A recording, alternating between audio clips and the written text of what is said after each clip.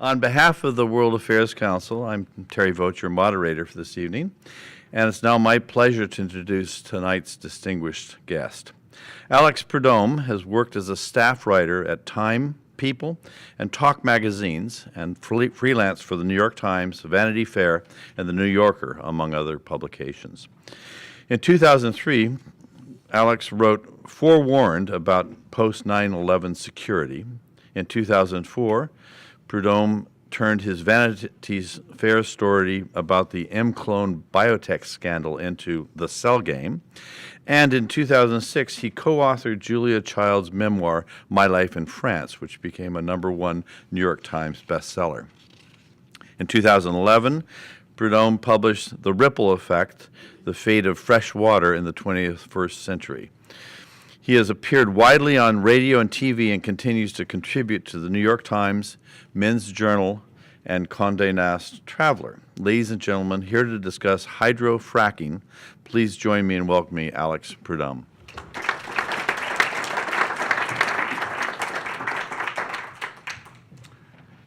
Hello, everyone. Thanks for coming. Good turnout tonight. Thank you, Terry. I got into hydrofracking through water, and it was in November of 2009 when I attended the first and so far the only public meeting in New York City about hydrofracking. It was a cold and blustery night. There were about 1,000 people who packed an auditorium in Lower Manhattan. And we were there to learn about the potential benefits and hazards of hydrofracking, which was something that was just beginning to pop up on people's radars in a big way at that point. And that night we focused on something called the Marcellus Shale, which is a 95,000 square mile deposit of gas-rich rock that stretches from New York to Pennsylvania, Ohio, Maryland, and down to West Virginia. And the stakes in play there are enormous. The Marcellus is thought to be the single largest energy deposit in the United States and the second largest natural gas deposit in the entire world. It contains at least 500 trillion cubic feet of natural gas, which is enough to power all American homes for 50 years. So far, only a small part of it has been fracked, and that's mostly in Pennsylvania. So the question that night in 2009 was, should we frack in New York State, and if so, how and where? Going into this meeting, I knew that hydrofracking had created jobs and spurred industry and lowered emissions. But I also knew that critics were saying that it pollutes the ground and the air and the water, and that the costs outweighed the benefits. I'm not a geologist or an energy analyst or an environmental professional. I'm a writer, and my job is to observe and report on issues of the day. And I was there working on my book about water, which is called The Ripple Effect. But I was also there for a personal reason. I live in New York City, and every day my family and I and 9 million other people drink the water that comes from the watershed north of the city and south of the city. And so I was very curious about the impacts of hydrofracking on the water that we all use. As so was the crowd, this over 1,000 people, standing room only crowd in this auditorium. People were very energized that night. About half of them were against hydrofracking quite strongly. About a quarter of them were for hydrofracking. And the last quarter hadn't really made their minds up yet, had a lot of questions. Some people were dressed in suits and high heels. Others were dressed in camouflage or in muddy boots and blue jeans. A few people were dressed up as mountains or fish or streams. And the rhetoric that flew around was polarizing. The pro-frackers were saying you can either get rich or stay poor, while the anti-frackers were saying that the choice was between clean wells or flaming taps. Now, neither of those statements is really accurate, and both overly simplify a very complex issue. There were a few rural New Yorkers there that night, and they were sort of defiant about their right to lease their land to the drillers or to find jobs in the gas fields. But many of the city dwellers were nervous about the implications of fracking in their prized watershed, which produces some of the best water in the entire country, if not the world. At the end of the night, this night went on, and finally, at the end of the night, people were feeling frustrated, and on the way out, I spoke to a professional woman who had 2 kids, and she said, I came here looking for answers, and now, after all of this, I'm just confused. I'm more confused than ever. Is fracking good, or is it bad? And I thought to myself, she could really be speaking for all of us. We're confused about hydrofracking. The numbers back that up. New Yorkers are almost evenly split, with 39% in favor and 43% against fracking. Some call it an energy revolution or the shale gale, while others refer to it as an environmental nightmare and have called for a global frackdown. The Wall Street Journal says that hydrofracking is a matter of economic life or death. But opponents like Yoko Ono and the actor Mark Ruffalo note that if fracking pollutes New York's watershed, the city will have to build a $10 billion filtration plant. So for now, New York State has put a moratorium on fracking to await further environmental studies. Now, I'm telling you about this fracas in my backyard because it mirrors the nationwide debate. And some of you are aware that California is engaged in a debate right now over fracking. And it's split regions, it's split states, it's split communities, it's split families, it's even split some couples that I know. And the disagreements here in the U.S. foreshadow a global argument as fracking begins to spread. Hydrofracking is a disruptive technology. It's redefining the way we think about energy and use it, and it is one of the most critical economic and environmental issues of our day. It is therefore something that we should all that we all have a stake in, whether we like it or not. So it's worth talking about and indeed arguing over. But as the crowd in New York that night demonstrated, there's a lot of basic information that we don't have. There's a lack of hard data, and there's an excess of hyperbole and confusion. So in light of this, it seemed to me a good moment to produce a dispassionate primer on hydrofracking. I wrote this book to explain what the process is and how it works, where and why it's used, the pros and cons of fracking, and its likely future. So I'll talk for about half an hour. We'll take some questions, and then I'd be happy to sign some books for you. So let's start at the beginning. What is hydrofracking? Well, even on this very basic question, people disagree. The word means different things to different people, but for the public, it's become a catch-all term to describe 2 processes. The first is the drilling of a well, and the second is the actual hydraulic fracturing, in which water and chemicals are injected underground at high pressure to access oil and gas. So how does this actually work?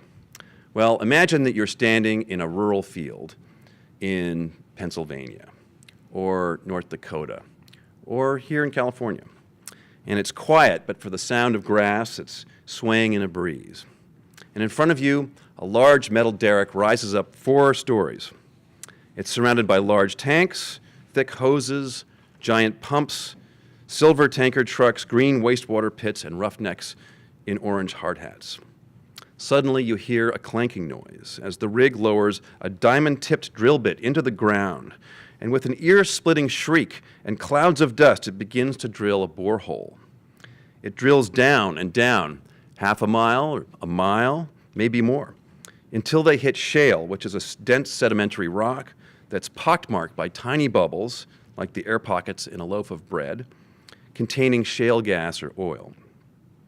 And once the drill bit has burrowed into the shale, it then turns sideways and drills horizontally for another mile or so. And the technology is really pretty extraordinary. When the drilling ends, the borehole is lined with a steel casing.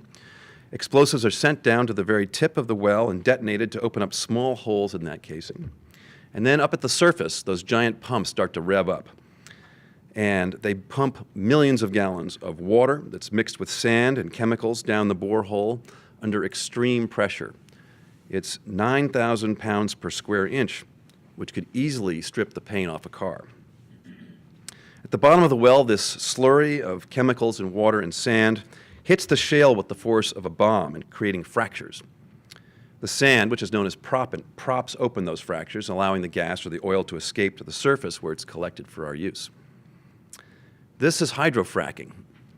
It's not a gentle process, but it is effective. And under the right circumstances, 5, 10, or 20 wells can be sent from a single drill pad. And most, excuse me, most wells are fracked multiple times.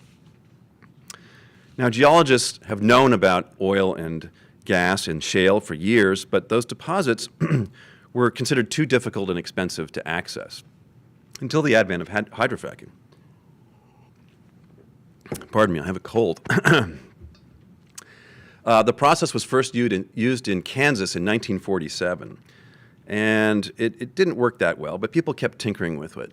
And finally, in 1998, in Texas, there was a key breakthrough that made fracking economical.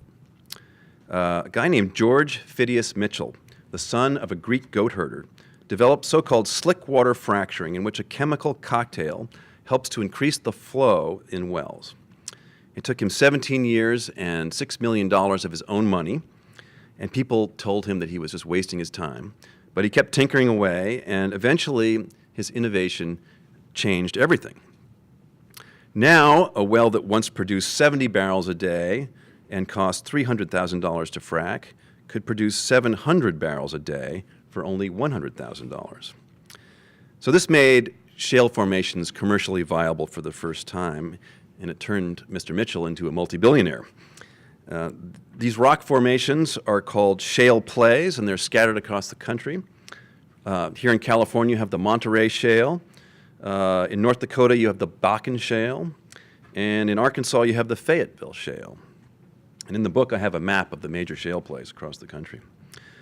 At the moment, fracking is only commercialized here in the U.S. and in Canada, but there are many other countries that want a piece of the action.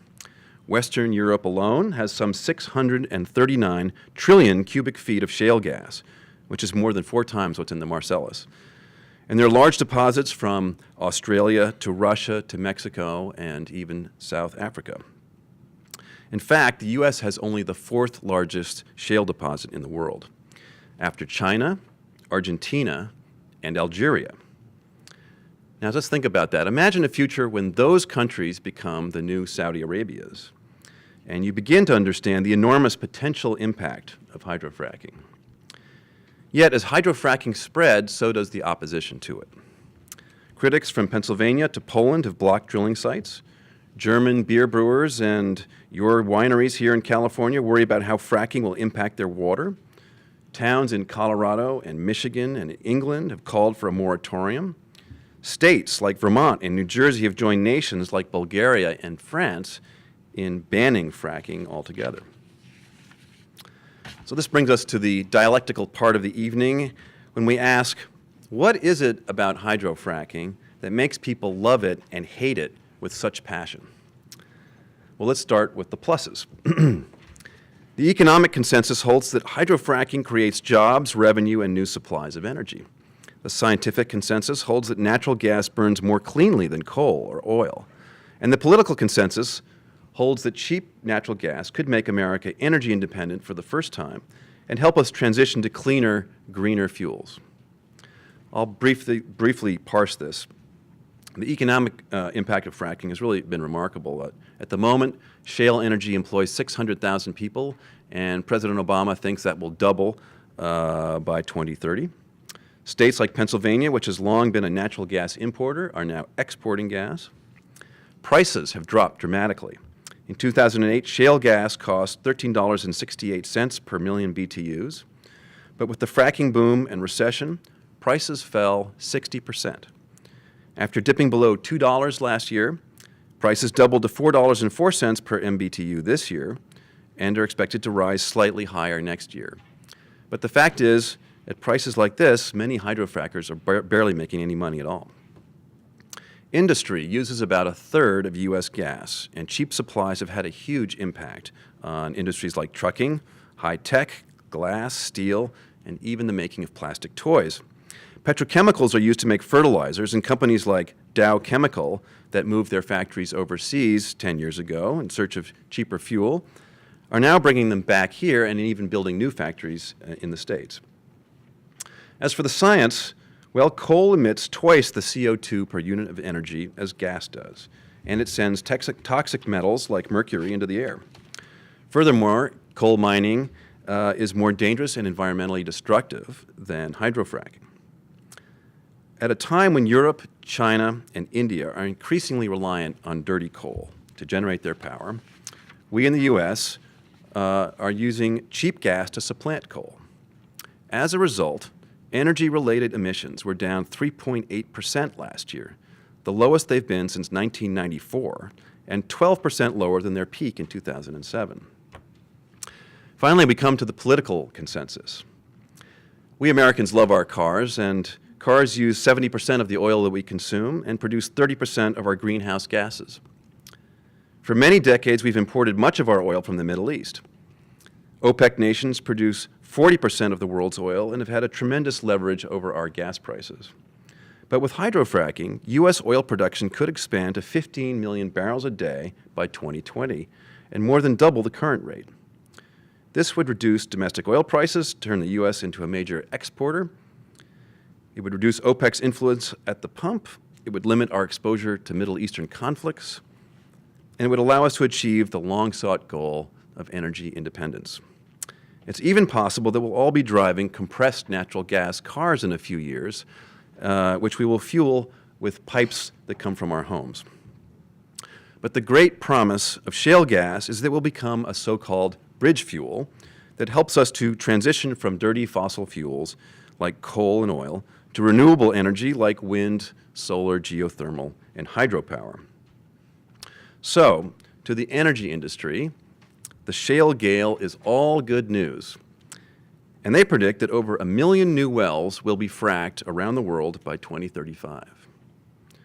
On the other hand, environmentalists worry about how fracking affects land, water, air, and our health. They believe that the pell-mell rush into fracking, before we really understand its true impact, is unacceptably risky and an example of short-term thinking. As the anti-fracking sentiment grows, celebrities have embraced it. The Rolling Stones wail against fracking in a song. The documentary Gasland generated headlines, while Matt Damon and John Krasinski made the anti-frack feature Promised Land. My personal favorite is David Letterman, who likes to rant that the greedy energy companies and a lazy EPA have left the public vulnerable to exploding wells and even exploding toilets. Ladies and gentlemen, he says, we're screwed. Well, Dave, how exactly does hydrofracking screw us? Well, the most contentious part of hydrofracking is contained in its name. The industry uses 70 to 140 billion gallons of water to frack 35,000 wells every year. That's roughly 1.2 to 5 million gallons of water per well per year. And some wells use up to 13 million gallons a year. This has already set off water wars in arid states like Colorado and Texas and here in California. But imagine how it will impact nations like India or China or Australia, where there's a terrible drought right now, in a future of high population growth and climate change. To put those numbers into perspective, though, fracking uses about 0.3% of the total U.S. fresh water consumed. Golf courses actually use slightly more, 0.5%. But agriculture uses 243 times more water than hydrofracking does. Furthermore, hydrofrack gas uses 60% less water than coal and 75% less water than nuclear power. Now, this is not to say that the water used by hydrofracking is not a problem, but rather to point out that the growing importance of water in general. It's both an environmental and a strategic resource, and we ignore it at our peril. What about water pollution? Well, you've probably heard about the flaming tap water. This is the result of methane gas leaking into water supplies. It's a concern, but it remains unclear whether the gas is due to fracking or natural seepage. And in parts of Colorado and Pennsylvania, gas has infiltrated water wells for years, and the lighting of tap water on fire is an old parlor trick. But the EPA is studying the issue right now, and we'll see what they find. There are other contaminants that might be more obvious. Take the fracking chemicals. As you may have heard, drillers are allowed to keep the identity of some of their chemicals secret. This is thanks to the 2005 Energy Bill, also known as the Halliburton loophole, so named because it was the work of former Halliburton CEO and Vice President Dick Cheney. So the rationale for this exception to the Clean Water Act is that secrecy protects trade secrets and promotes innovation. I don't know.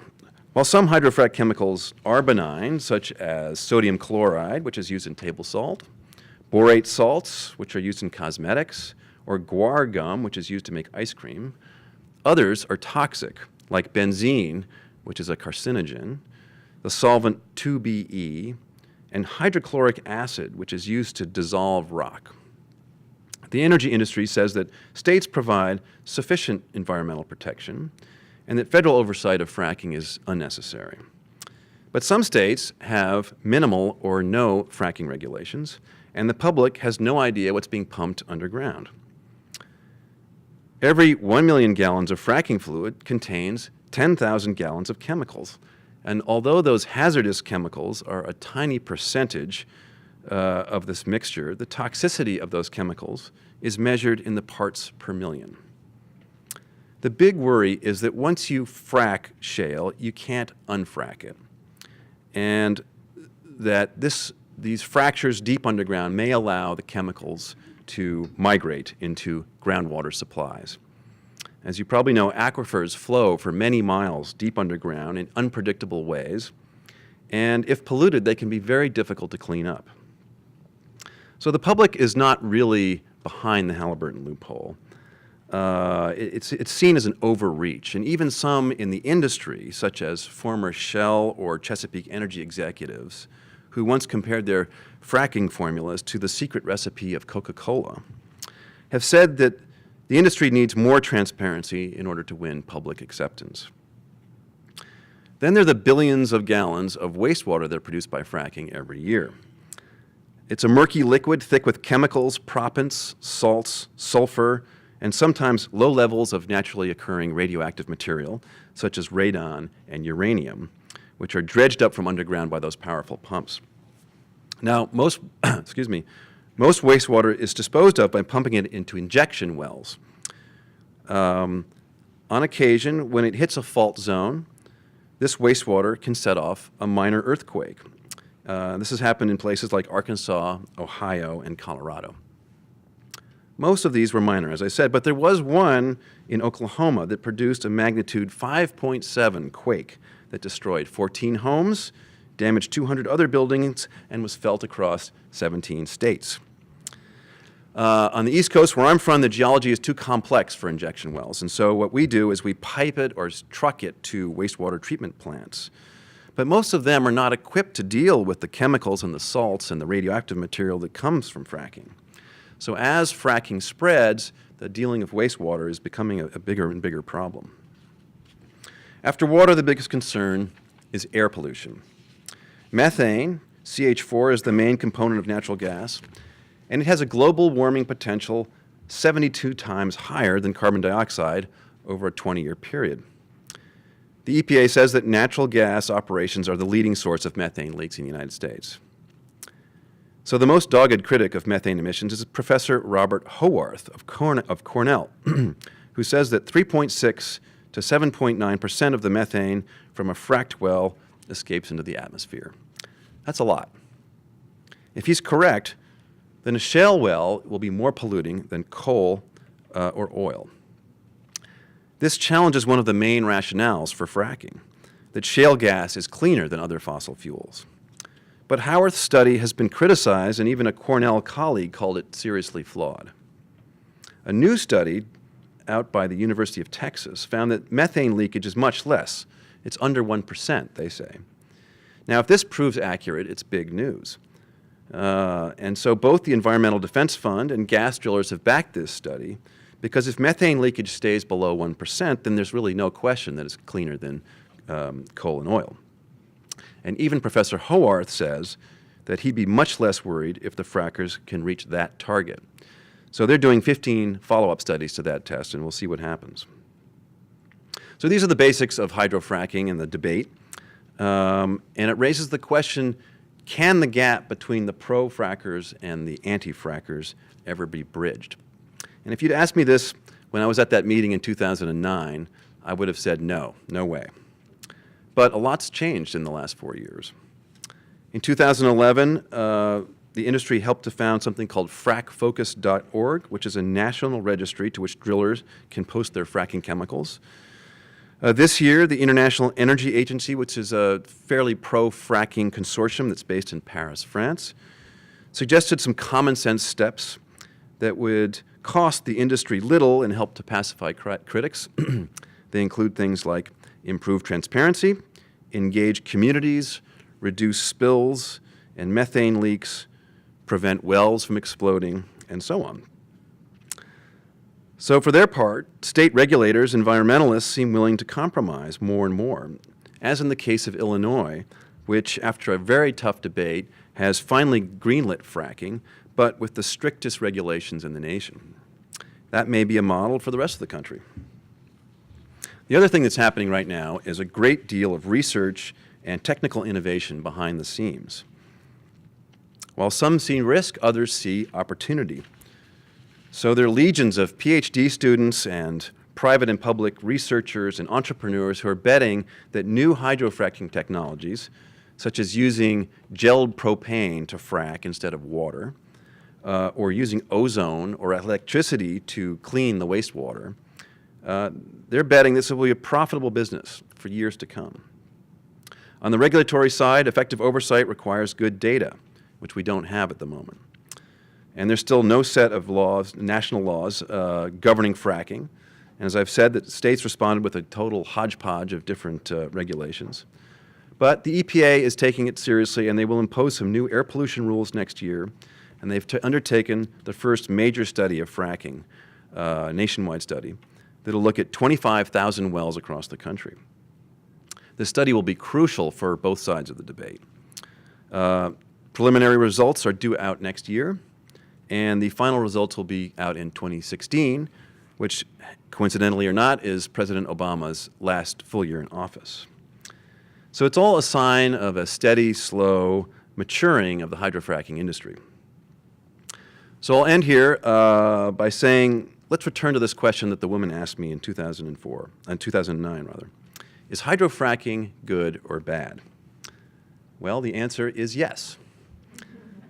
In other words, it's not all good or all bad. It's a complex equation that's rendered in shades of gray. And that's not really surprising when you look at the history of energy development, from the burning of wood and whale oil to the development of coal, oil, gas, and nuclear power. There's always been a give and take with environmental and health concerns. And so it is today. On the one hand, we face a rising demand for energy, and on the other hand, we're grappling with the very real implications of climate change. So how do we continue to grow and prosper while not frying ourselves off the planet? I'm not sure that shale energy is the silver bullet, the magical answer that will cure all of our problems, but I'm willing to admit that it may be an important part of the answer. And we'll know a lot more in coming years as this research and innovation comes to light. Hydrofracking is now in its adolescence. It's growing fast and sometimes in ungainly ways. And it presents us with a dilemma.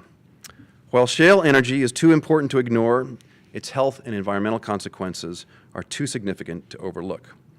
So the challenge is to learn how to produce the same amount of energy in a cleaner, safer way.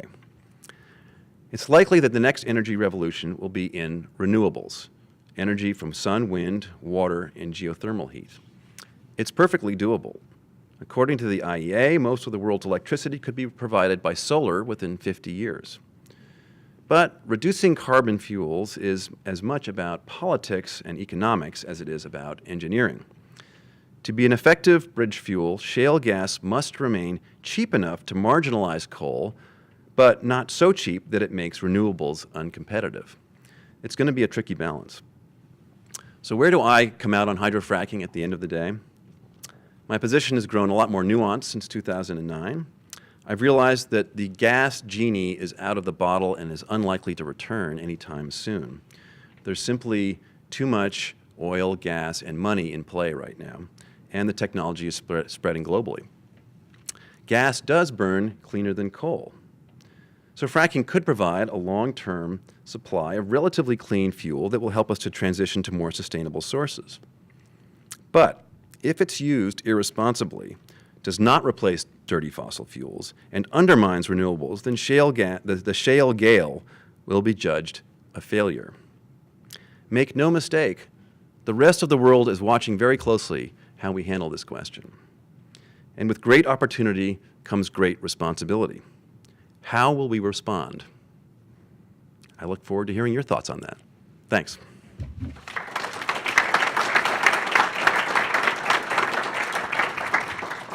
Thank you very much. We've been listening to Alex Prud'homme, and it's been an excellent beginning of our discussion. As you know, his book is called Hydrofracking, What Everyone Needs to Know.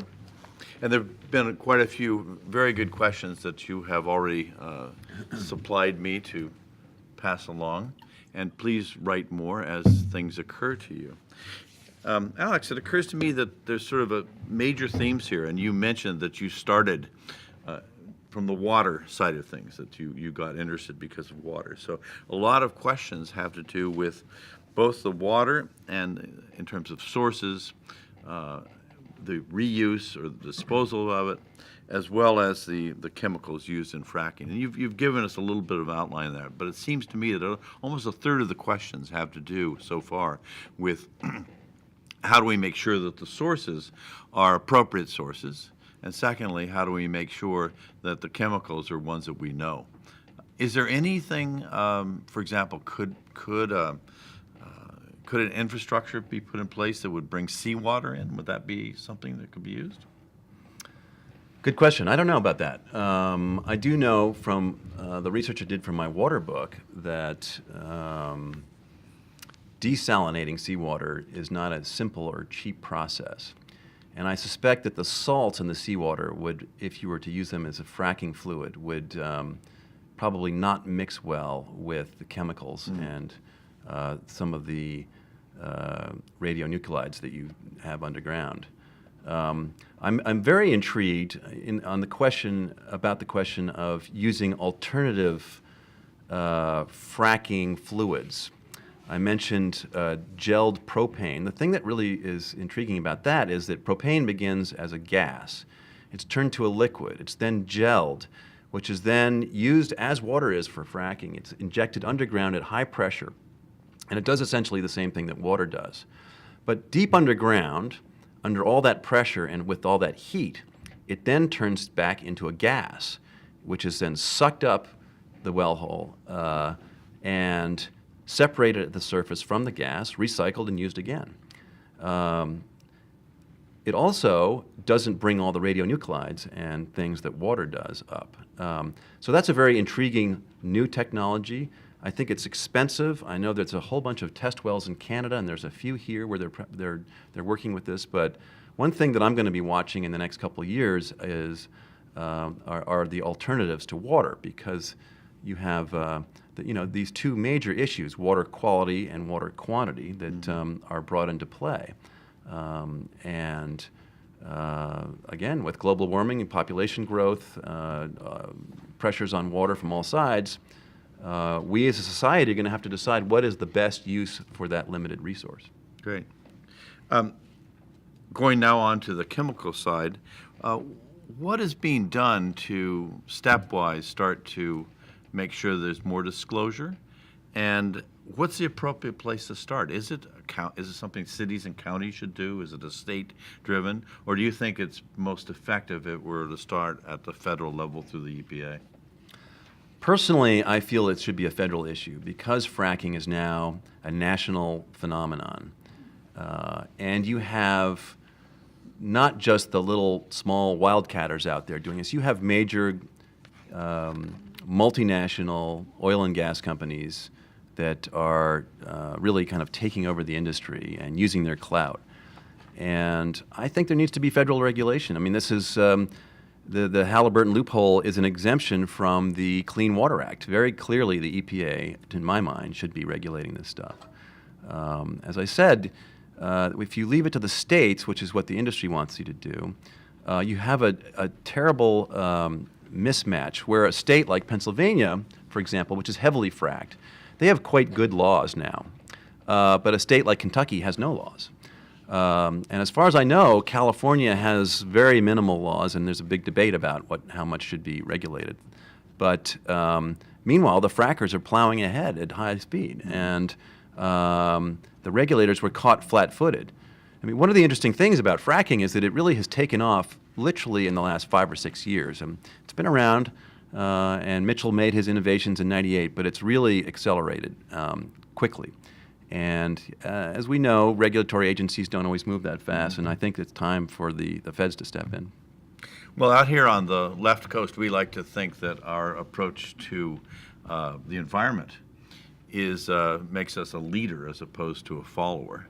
And so I would think there'd be a lot of people in California and perhaps in this room who would think that we might have some legislation towards regulation that could be copied. That's just an editorial statement by yours truly. And also, it's interesting, thank you for paying attention. Whoever pointed out that Seawater, Alex, you said that NaCl is a component in fracking, so why would seawater be problematic? I don't know much about it, to tell you the truth. I can't speak knowledgeably on that one. You probably know better than I. Okay. But seawater is corrosive. Perhaps it won't work with the machinery. I don't know. Yeah, that's an interesting one. It's heavy. You've got to bring it from the coast into North Dakota. Yeah. And I learned a word reading your book, and you mentioned it once today. I'd never heard the word propent before. Proppant. Proppant, Yes. Thank you. Which is the sand or ceramic little balls that are used to prop open the fractures in the rock. Yeah. Yep. And in fact, for all of you investors out there, proppant sand is a good investment right now. As is steel. U.S. Steel is one of the industries that's really turned around because of fracking. They were stumbling along and kind of sinking to their knees when fracking took off.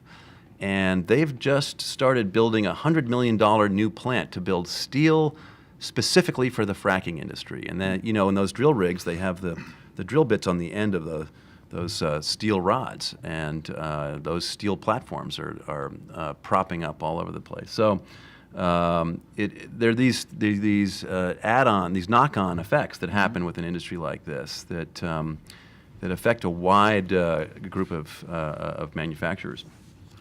Back for a second to the engineering and physics of it all. Is there sort of a down tube that is under pressure, then an up tube where the results come through? Is it all one tube? No, it's all one tube. Okay. Yeah, and what's amazing is it goes down for a mile or more, which is deep, and then it goes sideways. So if you remember in the movie There Will Be Blood, when the character says, "I'm going to stick my pipe under your land and suck you dry," well, that's one of the things that's happening. And I have a friend who has a large farm in upstate New York, and he is a successful banker. He's about to retire. He wants to retire up there and raise his pigs and cows. And the farms all around him are fracking. And he and his wife got into a big argument because he wants to frack too. Because he figures if he doesn't frack his property, his neighbors will. And they probably will. If New York agrees to lift the moratorium. Meanwhile, the wife wants nothing to do with this. She doesn't want the remote possibility that her children would possibly drink any frack water. So, this is a sort of small story, but I keep hearing these anecdotes all the time. You mentioned the concern about frack water, and I did hear a Stanford professor this summer say that in essence, where you're getting the oil is by a magnitude of 5 to 10 times so much deeper than where the water sources are, that there should be, as long as you can contain what's coming up and down, that there shouldn't be a problem. Aye, but there's the rub. Because those wells with their steel casings have been known to crack. One of the hyperbolic statements that you often hear from anti-frackers, including good friends of mine, is that, those wells break all the time, and you're going to have methane migration, and you're going to have chemicals leaking out. Actually, when you look at the facts, that's not true. It does happen from time to time, but it's unusual. But at the same time, you have the industry saying, well, water is never polluted by hydrofracking. Well, that's equally nonsense. It does happen. One of the things that makes this confusing is the EPA has waffled back and forth. There have been a bunch of cases where they came out really strong a few years ago saying that there were clear cases of water pollution from hydrofracking, and then for whatever reason they've backed off on that. And they've kind of hushed it up and they've moved ahead and they've actually started working in collaboration with the industry to try to create a set of best practices. But to say that it never happens is not true, and to say that it always happens is not true. So are there any cases where, this is actually a great one from the audience again, cases where the frackers have stepped up and acknowledged that they have been part of the pollution and have worked to solve that? Or is this still so new that Not to my haven't knowledge. seen What's interesting is, I mentioned this briefly in my talk, but there are some ex-energy executives who have said, you know, we in the industry really got to do a better job. We need public acceptance if we're going to succeed, and we've done a lousy job in communicating that. And this veil of secrecy and this leave it to us, we know best attitude really works against us. If fracking, fracking's already big time, but if it's going to really succeed and become the revolutionary process that people hope it will be, you need to get public acceptance, and by obfuscating and denying all the time, that's not going to happen. Great. You know, we've talked a little bit about regulation and the lack thereof, about water and the uncertainties involved, the chemicals. I'd like to go to two things, sort of the geography and the economics, because you mentioned something that really got to me, which is, you know, you always think that if you own a piece of property and you're on top of a place and you drill down, that's yours. Now, what you're telling us is that people drill down and then they go 2 miles to the left. Who owns what? And do people know what they own? And is this part of the game? Great question. The answer is no. People don't know what they own, and it also depends on where you live. Here on the West Coast, you often have mineral laws that are based on the old Spanish precedent, which is that you can own your farm in a place like North Dakota or Texas, and I believe in California, but you don't own the mineral rights or the water rights to what's beneath it. And there have been many, many cases of double dealing or triple dealing where someone will buy a lovely looking farm, they'll be ready to get their cattle out there, and some guy will drive up in a pickup and say, okay, I'm going to stick a fracking rig over there, I'm going to start drilling under your land. And they say, no, wait a minute, you can't do that. And it's, oh, yes, I can, I got the mineral rights right here. And there's nothing they can do about it. And that's a big problem. On the East Coast, the law tends So this is then state by state? It's generally? state by state, Okay. but generally it's West Coast, East Coast. West Coast tends to be based on the Spanish precedent. East Coast tends to be based on the British precedent. And in the East Coast, you do have to get permission. But that seems to be a reliable cause of conflict here on the West Coast. Well, following up from this idea of sort of spatial geography, I'd like to go a little bit more back to the science and with respect to the concerns about earthquakes, because it sounds like a lot of that is anecdotal, but there have been a lot of the questions which are concerned with, you know, what is the direct relationship? You mentioned a 5.7 quake in was it Oklahoma. Oklahoma. Yeah. Are they sure that it was fracking that did that? They're pretty sure, yeah. Well, it's interesting. These injection wells are essentially like fracking wells, but they're used to store the wastewater. And they drill them very deep. And the problem is if you drill them into a seismically active zone, when you inject that water under pressure and it hits those plates, it can set off a tremor. And there have been a lot of studies on this. And as I said, most of them are very minor. An English study said that it's equivalent to dropping a book off a ladder. You're going to feel like that's about it. But there have been 3 major quakes that have been caused by the wastewater injection. The biggest one was this one in Oklahoma, but there was one in northern England that rattled people's homes and actually caused that fracking operation to be shut down. And there was one in Canada. So it's not unheard of, but it's not very common. And it's sort of another reminder that, you don't get nothing for free. Like, if you're going to start injecting wastewater into seismically active zones, there's going to be a repercussion to that. So. Back now again to the economics. I think this is really important. There's an investment advisor I know who is really absolutely clear that this is a game changer for the United States. The fact that we do have access to these trillions, or I don't even know how many cubic feet of energy that we didn't used to have, and that it's going to materially change our sense of security, et cetera, et cetera. So that's the macroeconomic question. Do you agree with that? Is it a game changer? If we do it right, yeah, absolutely. I mean, it's already happening. It's really remarkable to see. One of the things that we Americans aren't really focused on, but the rest of the world is the knock-on effect. So we've now produced all this cheap oil and gas. We're starting to export it a little bit. But the real effect is that we are not buying as much Middle Eastern oil and gas. So there's a huge supply. Where does that go? Well, that goes to Europe. So what happens? Well, Gazprom, which is propping up the Putin government, now has much less clout. When Putin has been displeased with a country like Ukraine, he's cut their gas supplies twice in recent years. He's used it as a cudgel. Now, with all the cheap gas flowing in, he doesn't have that, and he's very worried about it. Bulgaria recently negotiated a 20% price reduction in gas from Russia because of all this excess fuel freed up by American fracked gas. We aren't buying as much from the Middle East.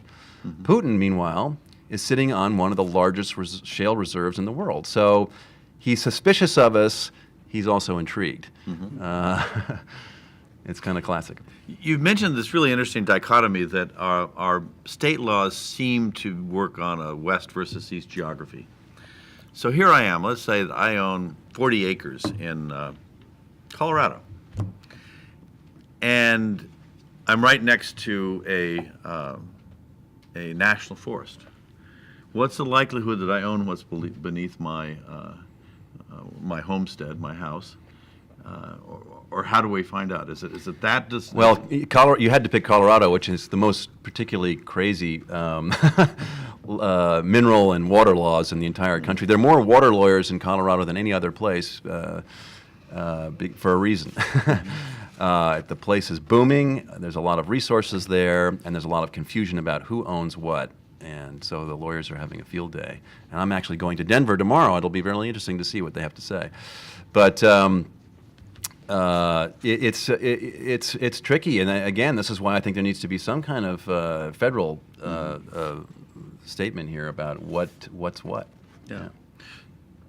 But here's the case. What's the general status of mineral rights under national forests, for example, which are some huge percent of like 20% of the. That's a big nation. question. Right now, there is Anschutz Energy wants to drill under Glacier National Park in Montana.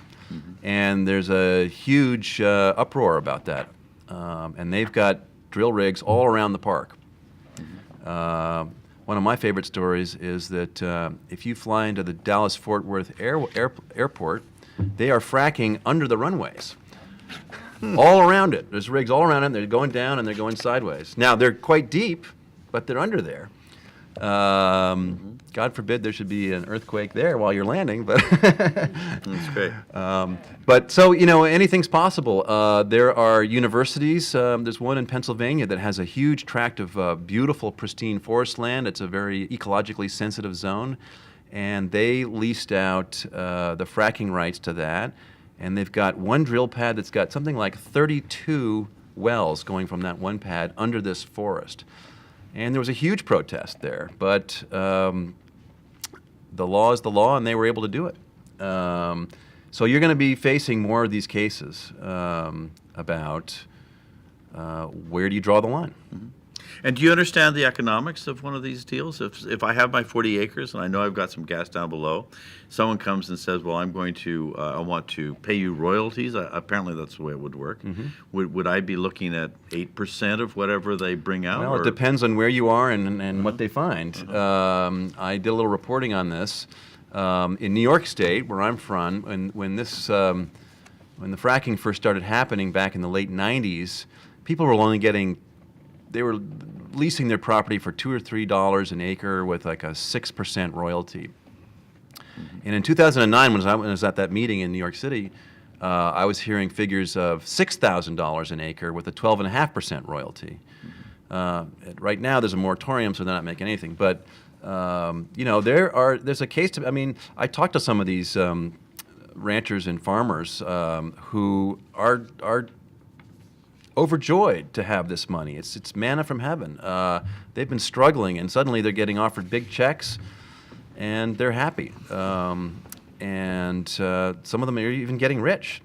But if your property doesn't provide a gusher, I don't think you're going to be making much. And one of the interesting aspects of all this is the social impact of fracking. And this is something that doesn't get talked about much. But imagine you're in a small town in, say, North Dakota. It's rural, it's sparsely populated, people are living a hardscrabble life. Suddenly the circus shows up. You know, literally thousands of roughnecks, big guys, maybe with families, maybe not, a lot of disposable income, giant machinery that's going 24 hours a day, trucks hauling wastewater, destroying your roads, kicking up dust, people throwing money around at the bars. And then after 6 or 8 months, they pack up and leave. And what's left is a gas or oil pump there that's humming away and a few guys kicking around. And the sociologists are studying this now because it's like the gold rush of the 1850s around here, where people would come in and it would just be totally crazy for a short amount of time, and then the frackers will leave, and then there's this hangover that happens. And you can imagine what that must be like, and the sort of the psychological repercussions, and the crime, and the this and the that, and it's an interesting phenomenon. And I really think you haven't seen anything quite like this since the gold rush. I mean, it's a frenzy. That's right. I guess North Dakota is full employment now. Yeah. And yeah. And I did use Colorado for a purpose. I was going to say, if you want to, before you get to Denver tomorrow, if you haven't read Wallace Stegner's Beyond the 100th Meridian, Yeah, it's a great book. which is it's a disguised study of water using the exploration of the Grand Canyon by John Wesley Powell. It's a great book. Michael Levy, who was a World Affairs Council speaker here in June of this year, says in his book Power Surge that all the issues have been addressed and that the negative effects of hydrofracking are extremely low. The person who sent this in says comments. I say, well, is there any possibility that there's an industry paying people to do things like this right now? Or? Well, I don't know Mr. Levy. I can't comment on him. And I know his book. It's actually a good book. I have no idea if he's being paid to say that. I doubt it. But I think he's on the Council of Foreign Relations, and he has his perspective. I don't agree that all of the issues have been resolved. As I said, things have changed a lot in the last 4 years. I think they are being resolved, but I don't think they are resolved. And we've just been talking about some of the issues. So I think that speaks for itself. One of our participants here says that she believes that both New York and Hawaii have banned fracking. Incorrect, no. Okay. And I don't know about Hawaii, but New York, there's a moratorium on fracking. Okay. New Jersey has banned fracking, and Vermont has banned fracking. And France and Bulgaria have banned fracking, but those are the only outright bans. In many places, there is a moratorium while we do more environmental studies that may lead to a ban, ultimately. And in a place like Colorado, you have individual towns who are trying to ban it within the town limits, and they are being sued by the governor and by the energy industry, saying that this is an infringement. In fact, the governor, John Hickenlooper, who was a beer brewer and a pretty granola kind of a guy, made headlines last year by getting up and to prove he was pro-fracking, he drank some fracking fluid. And I just hope it wasn't full of hydrochloric acid and benzene and it was more of his beer or something. But it's, yeah.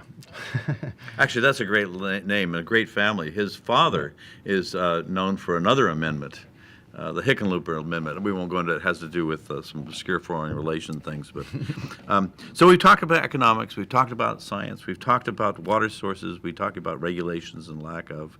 Talked about chemicals. There seems to be uncertainties in every single one of these that we're talking about. Yeah. Well, that's why I started my talk with this story about this woman, because I think there is a lot of uncertainty. There's a lot of there's missing data, and that's something that's going to be interesting is the next couple years. Literally, there's all these academic studies that are going to be forthcoming. There's this big EPA study in conjunction with all these technical innovations. I think it's going to be a really interesting, exciting time, and I think that there is great potential, but one thing that concerns me, to kind of wrap up some of your questions, is what I mentioned at the end, where my concern is that gas is now so cheap that it's actually undermining renewables. It's cheaper than renewables. And if this is really going to be a bridge fuel to a cleaner, non-fossil fuel future, then we have to ensure, maybe even artificially, that happens. Because it's going to be so seductive to go for that cheap, easy-to-access gas and to just say, well, we'll push the renewables off for another day. If there's a guy named Bill McKibben who started 350.org, and his approach is... Which is 350 parts per million of carbon CO2 in the air, right? Yeah, exactly. And his primary concern is to alleviate the carbon load in the atmosphere. And he says, forget about this whole argument about coal versus oil versus gas. Who cares? What we need to do is to go cold turkey and get off all fossil fuels, full stop. Which I actually agree with. However, I don't think it's actually practical to do that right now. And so my pragmatic answer is, yes, that's a great goal. Let's do it. Let's make sure it happens. But it's very expensive to ramp up the renewables because you have to reinvent the whole power grid, and you have billions of dollars of investment to make, and you just don't have the infrastructure there yet. But that doesn't mean we're not going to do it. We're going to do it. So my concern in sort of the economic and political sphere is this threat that that gas actually undermines the renewables, and I think that, frankly, the federal government and the major energy players bear some responsibility. Yeah. Well, this comes down to one of the solutions for this. I understand your argument about the concern about having too cheap of a gas. But if you had a price on carbon, no matter any way that would really move towards making the solution. Yeah. Whether that's the way Quebec does it with a tax, or whether it's the way we're doing it in California. How many of you know that we actually have cap and trade in California today? Good audience. Good audience. How many of you know that you have shale resources off the coast of Santa Barbara, and that they are trying to frack out in the middle of the ocean right now? Oh, I didn't know that. Yeah. Yeah. It's there. Yeah. Yeah, exactly. But that's something that's kind of under the radar, and that's sort of the next frontier. And it's technically very complex. It's obviously more dangerous to be out at sea doing this. Fracked wells, according to the industry, there's about 50% of the wastewater that stays in a fracked well. According to environmentalists, it's more like 80%. As we saw with the Deepwater Horizon, there's no guarantee that if you're in deep water that you can seal that up. Anyway, food for thought. Well, we're down to the last gaps here. One question that came in at the first, which I thought was intriguing. I thought I'd save it till we had all of your various parts of it, which is there any way we could do carbon sequestration from, say, coal plants and then inject them into the same wells? So we sort of take two problems and marry them with a solution.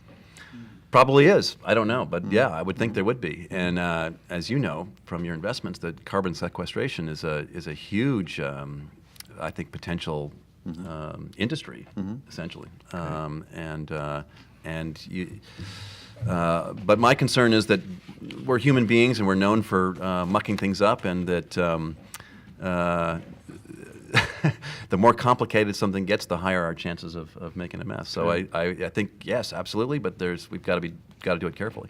That's great. Well, this concludes our program. I want to thank the audience for lots of great questions, and I hope that if I've been unable to get to your point, that you will talk to Alex Prud'homme afterwards. And to remind you that his book, Hydrofracking, what is it? The subtitle is two ways here. What everyone needs to know is on sale here, courtesy of Books Inc., and he'll be available to sign copies.